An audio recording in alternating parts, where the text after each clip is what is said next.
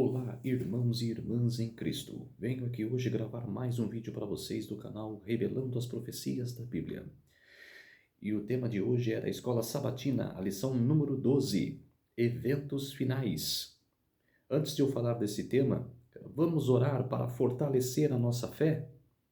Querido Deus e Pai, muito obrigado por este dia do Senhor. O sábado do Senhor, meu Pai, que começou ontem ao pôr do sol e que termina hoje ao pôr do sol. Muito obrigado por este momento, por estar fazendo parte da sua vida, Senhor, da sua palavra, fazer parte dessa leitura maravilhosa que é da Escola Sabatina. Quero fazer e estar junto contigo, Senhor, para que eu possa explicar essa lição, os eventos finais que acontecerá no futuro, para que as pessoas possam acordar, para a realidade, possam enxergar mais à frente o que vai acontecer, não ficar escondendo nada, querer sim saber das coisas, quero saber dos eventos que acontecerão. Então, por isso, meu Deus, venho aqui hoje para pregar a Tua palavra. Fique comigo, Senhor, nestes minutos e segundos, para que eu possa dar esse alerta para o povo, para o Seu povo, meu Deus, para que eles possam voltar ao primeiro amor. Tudo isso agradeço e peço em nome do meu Salvador Jesus Cristo. Amém. Vamos lá. A lição número 12, eventos finais, verso para memorizar. Compre a verdade e não a venda. Compre a sabedoria, a instrução e o entendimento. Provérbios capítulo 23, verso 23. A lição de sábado. Imagine que sua filha está viajando para casa, vindo da faculdade para passar as férias de verão. Enquanto você espera que ela chegue e monitora com ansiedade os boletins meteorológicos. Você se preocupa quando o clima piora rapidamente. Nuvens de tempestade pairam no horizonte e a chuva cai. Árvores são derrubadas. A estrada principal está intransitável. Você ouve de um vizinho que é possível passar por uma estrada secundária. Carros passam em torno de galhos de árvores derrubadas. Você consegue enviar uma mensagem para sua filha detalhando uma rota segura. Mais do que qualquer outra coisa, Jesus quer nos conduzir pelas tempestades e nos levar para casa. Ellen G. White escreveu: Vem uma tempestade implacável em sua fúria. Estamos preparados para enfrentá-la? Isso ela escreveu no livro do Testemunhos para a Igreja, página 257. O propósito da vida, morte, ressurreição e ministério de Cristo no santuário do céu é garantir que iremos para o céu. As mensagens de Daniel e Apocalipse nos ajudam no fim dos tempos, em meio às tempestades, de modo que um dia sintamos o abraço do Salvador. A lição desta semana revela as profecias sobre os eventos finais e mostra a força de Cristo para nos conduzir no conflito e nos salvar. Esta lição se baseia nos capítulos 37 e 38 do livro Grande Conflito. Vamos fazer um breve resumo da lição de sábado. O que nós estamos esperando, para que a gente possa estudar, aprender dessa lição, das profecias do Apocalipse? O que a gente está esperando? Esperando os eventos acontecer? Estamos esperando tudo ocorrer, aí nós tornarmos uma atitude? Não podemos esperar por isso. A gente tem que agir hoje. Não podemos esperar Cristo voltar depois para que a gente possa tomar uma atitude. Vou esperar o decreto dominical, chegar, daí eu resolvo, vou para o lado de Deus. Não, você tem que ir para o lado de Deus agora. Para que depois que chegue o decreto dominical, os eventos finais, você já está preparado em seu coração, em sua mente, em sua alma. É isso que Deus gosta das pessoas. Para que elas possam aceitar Jesus em sua vida, mas com adoração, louvor e entendimento. Não ficar, vou para o lado de Deus, mas praticando coisas más. Vocês entenderam, cara, o que isso significa? O que Deus gosta, cara, de nós? O que a gente tem que fazer para aceitar Jesus em nossas vidas, querer adorar a Deus com entendimento? Vamos para a lição de domingo. Lealdade de Deus e a sua palavra. A pergunta número 1. Como devemos nos relacionar com a verdade? Ao longo dos tempos, o grande conflito tem sido uma batalha entre a verdade e o erro. Satanás é mentiroso e o pai da mentira. Isso está em João capítulo 8, verso 44. Jesus é o autor da verdade. João capítulo 14, verso 6. A verdade que liberta do engano está na palavra de Deus. A Bíblia desmascara a estratégia satânica e revela os planos divinos. Ela é a lâmpada para os nossos pés. Isso está em Salmos capítulo 119, verso 105. A revelação das palavras de Deus traz luz, dá entendimento aos simples. Salmos 119, verso 130. As palavras de Deus são em tudo verdade. Salmos 119, verso 160. A pergunta número 2. Que garantia o apóstolo nos dá a respeito da profecia? Que ilustração ele usa em relação à importância da palavra profética? Não seguimos fábulas engenhosamente inventadas. As profecias iluminam o caminho. Elas nos ajudam a distinguir a verdade do erro. Sem a Bíblia, seríamos deixados aos caprichos da opinião humana e seríamos facilmente enganados. As Escrituras Sagradas são apresentadas ao povo de Deus como a proteção contra a influência dos falsos ensinadores e o poder ilusório dos espíritos das trevas. Satanás usa todos os meios possíveis para impedir os seres humanos de obter conhecimento da Bíblia, pois os claros ensinos dela desmascaram seus enganos. E em breve o último grande engano aparecerá diante de nós. Veremos o anticristo realizando seus atos miraculosos. A contrafação se aparecerá tanto com o verdadeiro que será impossível distingui-lo sem o auxílio das Santas Escrituras. Somente aqueles que tenham fortalecido a mente com as verdades da Bíblia poderão resistir ao último grande conflito. Todos terão de passar pela prova decisiva. Obedecerei a Deus obedecerei a Deus ou aos homens? Será que nossos pés estão firmados na rocha imutável da palavra do Senhor? Estamos preparados para permanecer firmes em defesa dos mandamentos de Deus e da fé em Jesus? A pergunta é todas as perguntas que Ellen G. White está fazendo em seu livro. Será que estamos preparados? Será que a gente está pronto para aceitar Cristo na sua segunda vinda? Será que a gente está pronto para tudo isso? Ela escreveu no livro O Grande Conflito, página 495. A mentira satânica será tão parecida com a verdade para aqueles que não estudam, para aqueles que não têm entendimento. Se eu não tenho estudo, se eu sou leigo das palavras de Deus, o que eu vou ver no futuro? Por exemplo, Satanás personificará Cristo. Se eu já estou perdido, já aceitei a marca da besta, que eu estou vendo que muitos vão aceitar, por causa de entendimento, por causa de falta de sabedoria, falta de pegar a Bíblia Sagrada, aprender as profecias.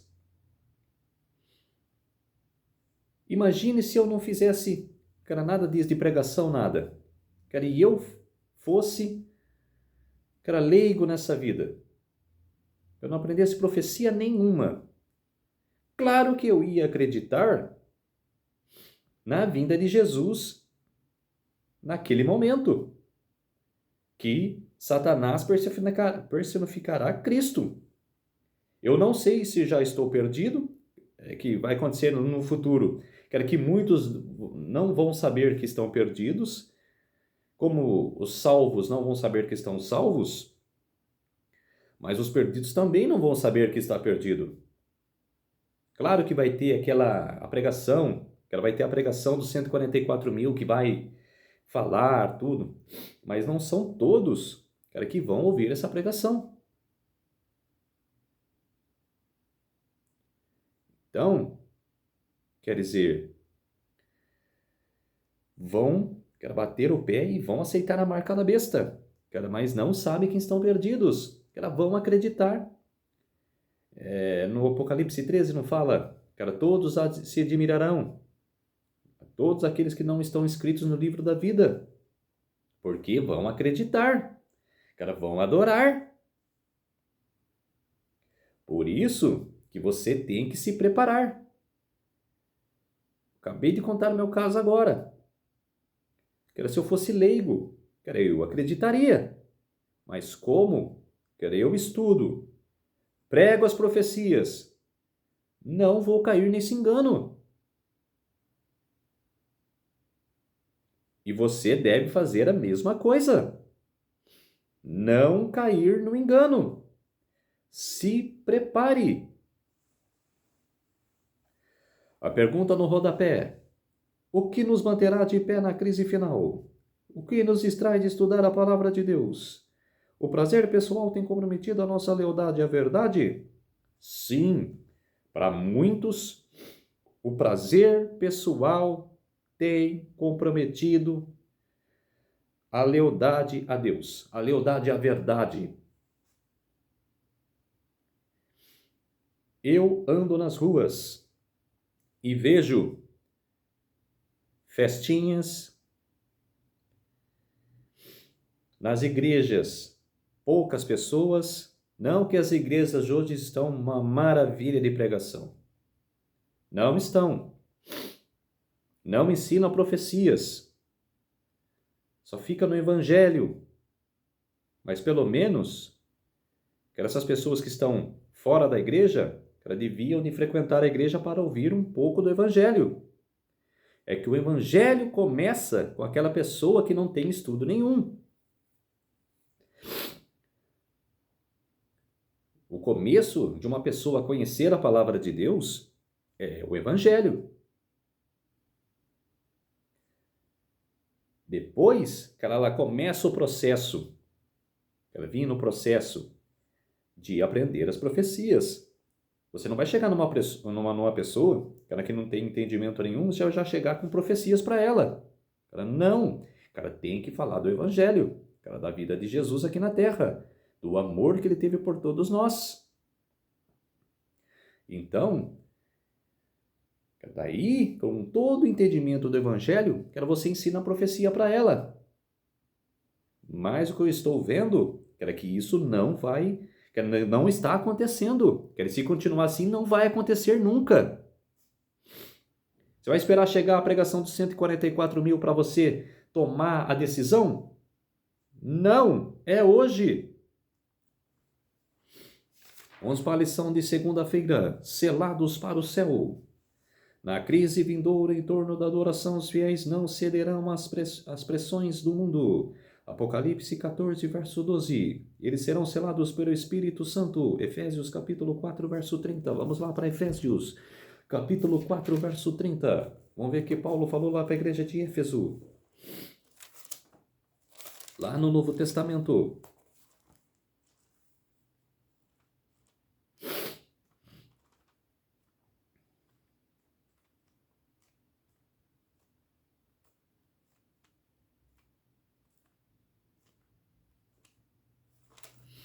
Efésios capítulo 4, verso 30.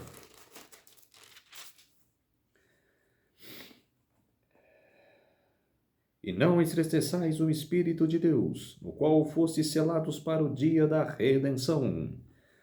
Quer dizer, que a gente não pode ficar sem um entendimento, ficar sem estudar. Como que você será selado com o selo de Deus, se você não tem entendimento nenhum? Você não será. Tem que buscar hoje. Agora, tem que buscar aceitar Deus em sua vida. Antigamente, os selos atestavam a autenticidade de documentos oficiais. Era uma marca distintiva e individualizada, uma vez que o conflito final se concentra na adoração a Deus e na sua autoridade. Conforme revelado em sua lei, é de esperar que o selo divino seja integrado à sua lei. A pergunta número 3. Que elementos de um selo vemos no quarto mandamento? No mandamento do sábado, há 3 elementos de um selo autêntico. O nome daquele a quem o selo pertence: Senhor, seu Deus. 2. Seu túmulo, aquele que fez o Criador. 3. Aquele que... número 2 aqui, ó. Seu título, aquele que fez. Aí era a resposta: o Criador. 3. Seu território, os céus e a terra, o mar e tudo que neles há. A Bíblia algumas vezes chama um selo de sinal, Romanos 4:11. As duas palavras são intercambiáveis. Como um sinal ou selo de Deus no centro da lei divina, o sábado está no centro do centro do conflito final em torno da adoração. Ezequiel capítulo 20, verso 12 a 20 e Apocalipse 12, 17. Vamos ler. Vamos ler Ezequiel.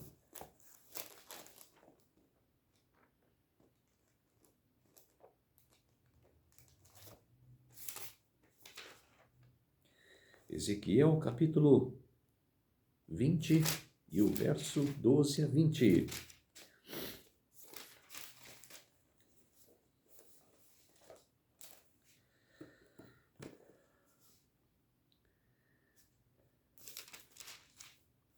Santificai os meus sábados, pois servirão de sinal entre mim e vós, para que saibais que eu sou o Senhor vosso Deus. Capítulo 20, versos 12 a 20. Vamos lá. Versículo 12. Também lhes darei os meus sábados para servirem de sinal entre mim e eles, para que soubessem que eu sou o Senhor e os que os santifica. Mas a casa de Israel se rebelou contra mim no deserto, não andando nos meus estatutos e rejeitando os meus juízos, os quais cumprindo-os, o homem viverá por eles, e profanarão grandemente os meus sábados. Então eu disse que derramaria sobre eles o meu furor no deserto para os consumir. O que fiz, porém, foi por amor do meu nome, para que não fosse profanado diante das nações perante as quais os fiz sair. De demais levantei-lhes no deserto a mão e jurei não deixá-los entrar na terra que lhes tinha dado, a qual mana leite e mel, coroada de todas as terras, porque rejeitaram os meus juízos e não andaram nos meus estatutos, e profanaram os meus sábados, pois o seu coração andava após os seus ídolos. Não obstante, os meus olhos lhe perdoaram, e eu não o destruí, nem os consumi de todo no deserto. Mas disse eu a seus filhos no deserto: não andei nos estatutos de vossos pais, nem guardei os seus juízos, nem vos contamineis com os seus ídolos. Eu sou o Senhor vosso Deus. Andai nos meus estatutos, e guardai os meus juízos, e praticai-os. Santificai os meus sábados, pois servirão de sinal entre mim e vós, para que saibais que eu sou o Senhor vosso Deus. Vocês entenderam a mensagem? Que a marca de Deus é o sábado? O selo de Deus é o sábado? Vejo igrejas evangélicas, católicas e protestantes guardando domingo. Se na Bíblia, que era a palavra verdadeira, está falando que o selo de Deus é o sábado, por que quer distorcer isso? Por que distorcer a Bíblia? Você que distorce a Bíblia está pecando contra Deus. A palavra toda da Bíblia é de Deus. Porque se você está indo contra a palavra, você está pecando contra Deus. Está claro isso para vocês? Não estou inventando, é realidade. Vocês estão indo contra Deus. Vocês são anticristos. Você está indo contra Deus. Ou estou errado? Eu acho que não. Tem que ser claro e verdadeiro. Tem pastores que pregam, cara, escondendo. Ah, não posso falar isso, mas eu falo. Cara, tem que escancarar a verdade. Uma anciã da igreja falou para mim uma vez: ah, o povo que está aqui gosta de... Ah, Deus é amor. Cara, Deus, mesmo na situação que você estiver, salva. Cara, ama mesmo assim. É uma pregação pobre. É um culto pobre. Tem que ser um culto fulminante. Tem que ser um culto para cima. Tem que revelar as profecias da Bíblia. Apocalipse, Daniel. Claro, quero que o evangelho é importante, mas quero 2 semanas, 3 semanas, que seja semana profética, Daniel e Apocalipse. A igreja hoje está pobre. A igreja hoje está falida. É a igreja de Laodiceia. Sou rica, mas podre por dentro. Está falida. Se não mudar os conceitos, cara, se não mudar, vai se perder.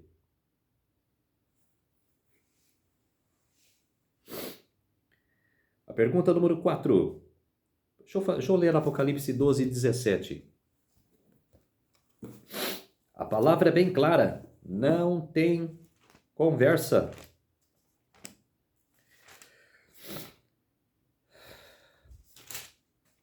Apocalipse 12, 17.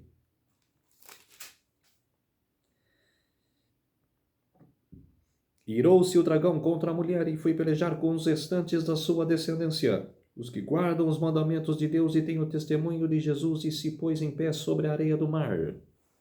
Quer dizer,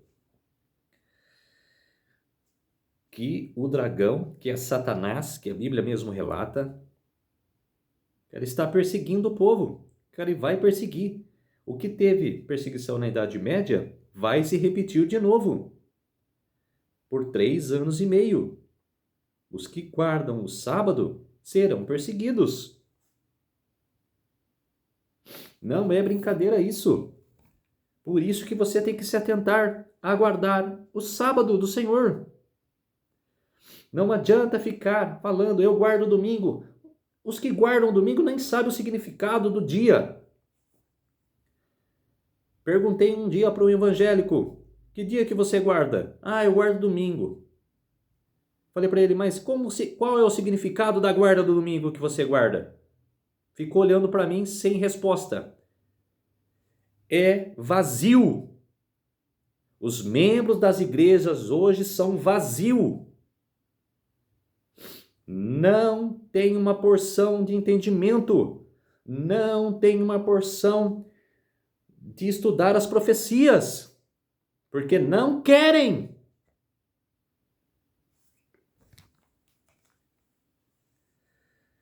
A pergunta número 4. Compare o Apocalipse 7, 1, 3 e com 13 e 16, onde serão recebidos o selo de Deus e a marca da besta. Por que existe diferença?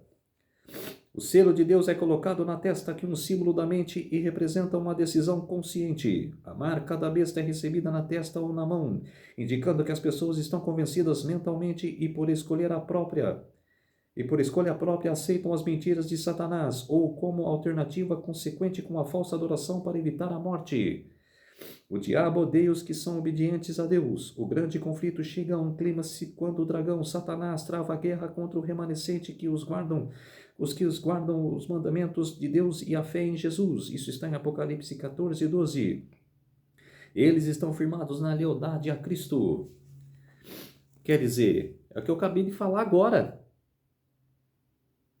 A marca da besta é o domingo.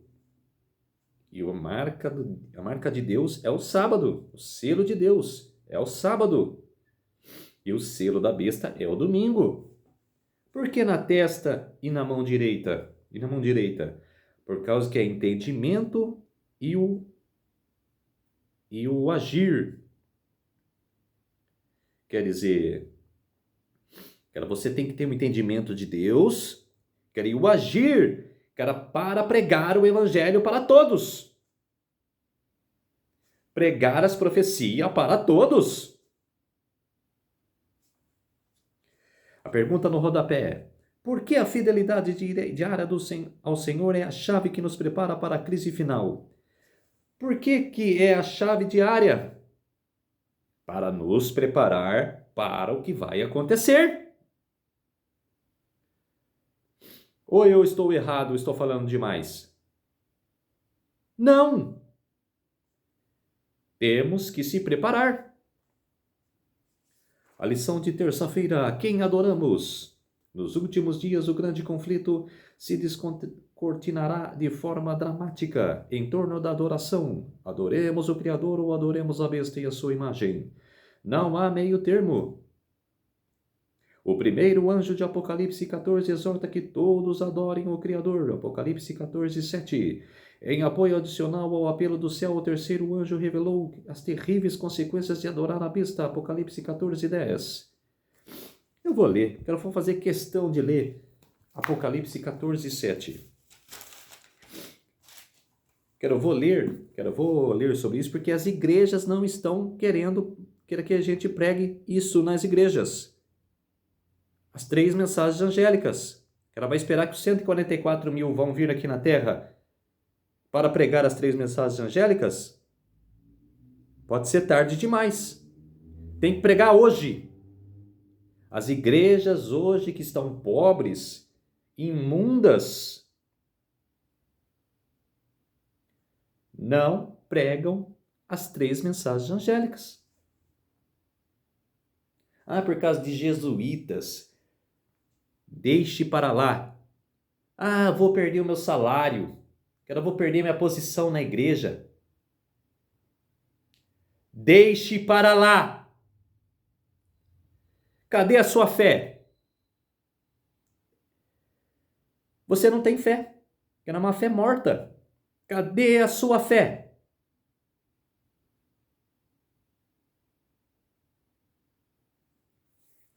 Apocalipse 14, 6. Vim e outro anjo voando pelo meio do céu, tendo o evangelho eterno para pregar aos que se assentam sobre a terra, e cada nação, e tribo, e língua, e ao povo, dizendo em grande voz: temei a Deus, e dai-lhe glória, pois é chegada a hora do seu juízo, e adorai aquele que fez o céu, e a terra, e o mar, e as fontes das águas. Aí que está falando aqui Apocalipse 14. Está falando aqui 14, 10. Vamos lá.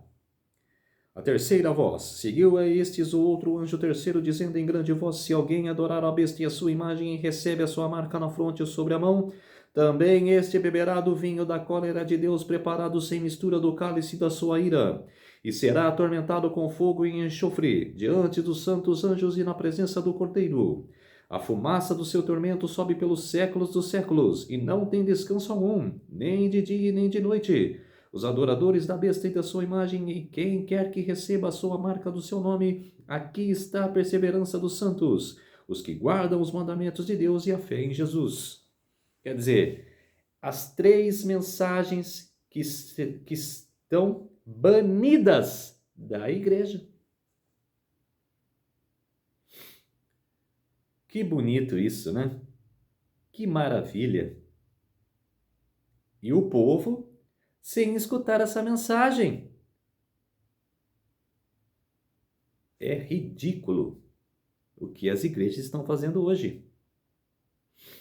Por causa de infiltrações de jesuítas.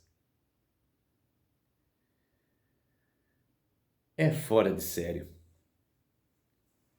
Quando eu estava na igreja, eu via que os líderes da igreja queriam pregar Apocalipse, queriam pregar a profecia, mas não podiam, porque todos os cultos são gravados. E se pregar o Apocalipse, chega a advertência: ou vocês calam a boca, cara, e pregam o que eu quero que vocês preguem, ou a gente vai fechar as igrejas. Que coisa ridícula! E vocês escutaram, né? Quem aceitar a marca da besta, né? As 3 mensagens angélicas que estão banidas hoje das igrejas. Em contrapartida, os que adoram o Criador são descritos como os que guardam os mandamentos de Deus e a fé em Jesus. Apocalipse 14:12. A criação é a base da verdadeira adoração. Apocalipse 4:11. Uma vez que Deus criou todas as coisas. Efésios 3:9. Satanás odeia o Criador e tenta por meio de poderes terrenos mudar o sábado, o memorial da criação. Daniel 7:25.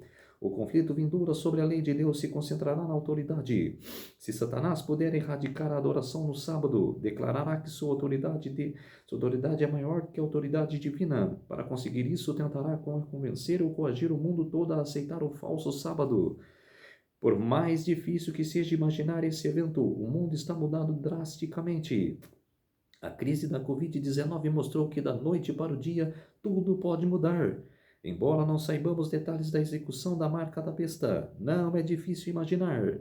No mundo estável e a profecia pode se cumprir mais rapidamente do que pensamos. A pergunta número 5. Que penalidades específicas serão impostas àqueles que não receberam a marca da besta? Os fiéis que não seguirem a besta e a sua imagem sofrerão penalidades econômicas e ameaça de morte. A humanidade continua a ser o que sempre foi, corrupta, sedenta de poder e violenta. Embora não saibamos como os eventos finais se descontrolarão, não é difícil imaginar que há perseguição. João escreveu que Jesus não precisava que alguém lhe desse testemunho a respeito das pessoas, porque ele mesmo sabia que era a natureza humana. João capítulo 2, verso 25. Apesar de terem sido escritas em outro contexto, essas palavras de João nos ajudam a entender que o ser humano é capaz. A pergunta no rodapé. Pense no que o ser humano é capaz de fazer. Isso mostra a facilidade de que os eventos finais podem acontecer. Como devemos guardar nosso coração? Como podemos compreender que os eventos finais vão acontecer? Estudando. E acreditando, crendo que isso vai acontecer. Não é difícil a gente aceitar a marca de Deus. É guardar os mandamentos. Além de você aceitar Deus em sua vida, Jesus em seu coração, quero você livremente, a passos largos, com tranquilidade, você vai aceitar os mandamentos. E o que está no 4º mandamento? Lembra-te do dia do sábado para santificar. Acabou, já era. Lição de quarta-feira. As chuvas temporã e seródia. A pergunta número 6. Que previsão se cumpriu no 1º século? Que impacto esse evento teve? O derramamento do Espírito Santo no Pentecoste promoveu a igreja cristã. 3.000 se converteram em um dia. Muitos dos que ouviram a palavra creram, subindo o número desses homens a quase 5.000.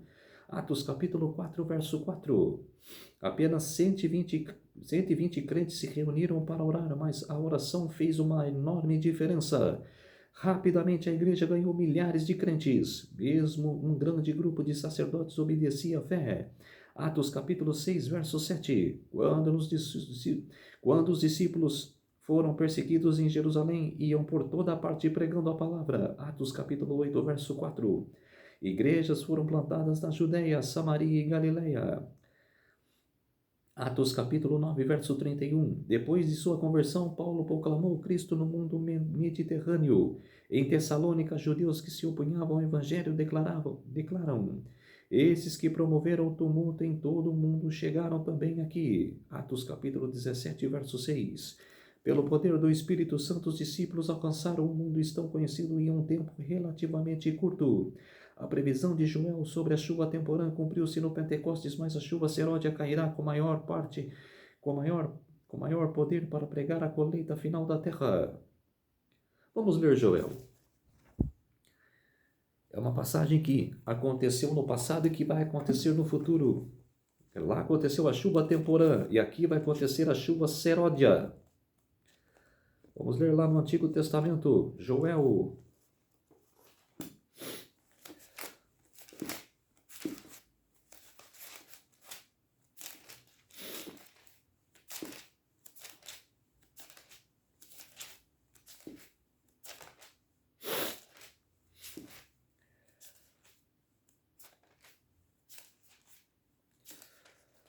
Vamos ler Joel, capítulo 2, verso 21.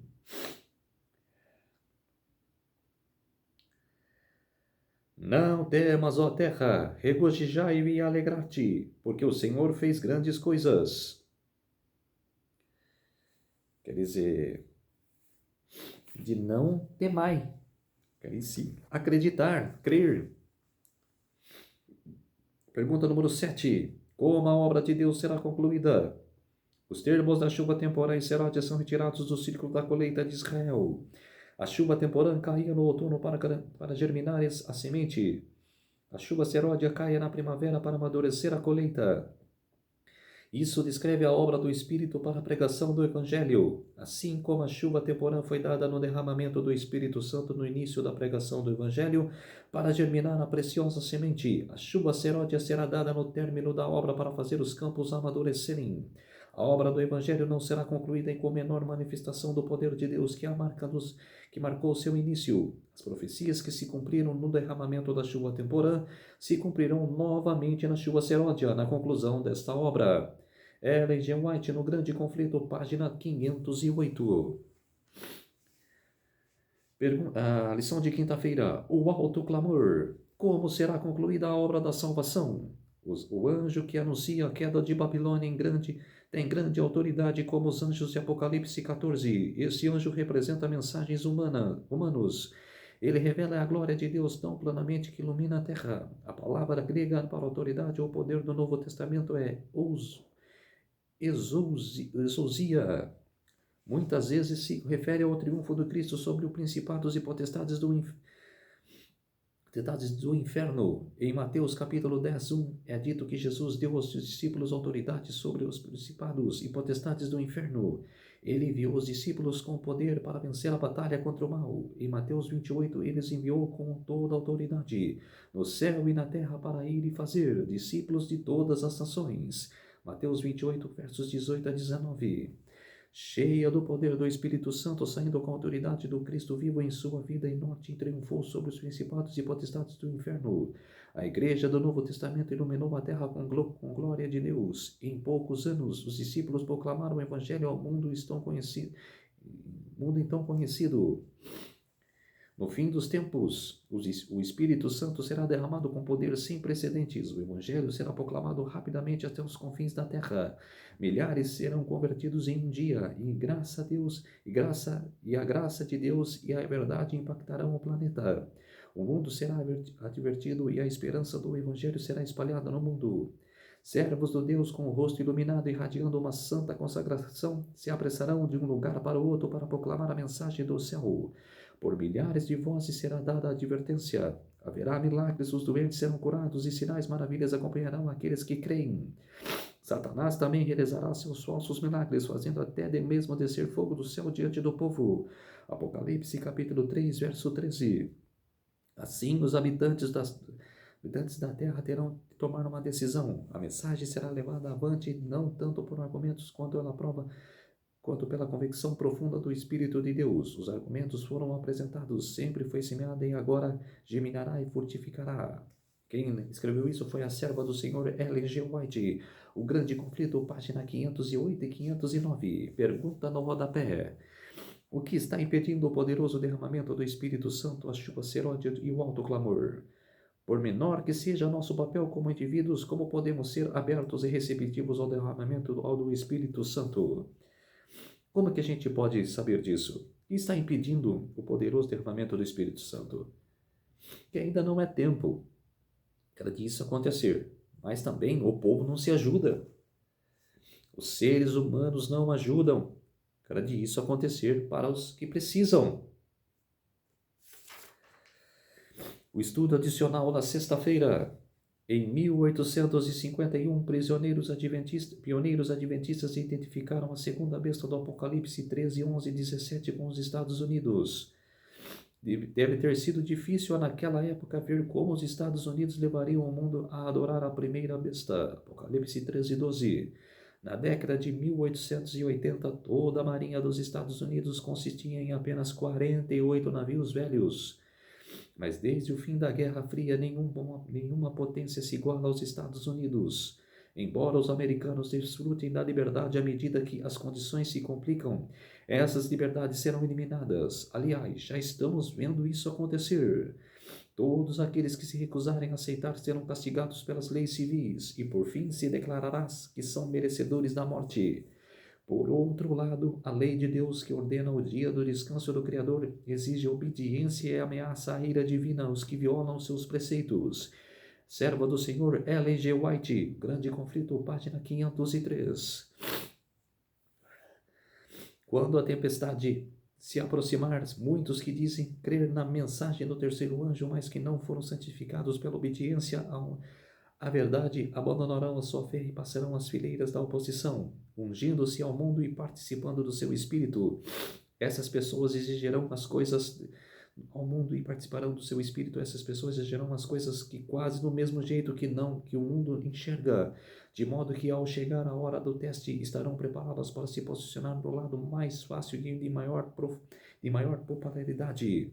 Quando os observadores do sábado forem levados perante os tribunais para responder por sua fé, esses apóstatas serão os mais ativos agentes de Satanás para distorcer os fatos e os acusar por meio de falsos relatórios e insinuações, e citar os magistrados contra eles. O Grande Conflito, página 506. Então, povo de Deus, é isso que vai acontecer. Os que aceitarem a marca de Deus serão levados a tribunais. Mas você, nossa, cara, eu serei levado aos tribunais? Que coisa horrível! Que coisa horripilante! Eu serei preso. Não tema por isso. Se você que tiver que ser levado aos tribunais e ser preso, mas você está guardando a sua fé. Você está guardando dentro de si a sua fé.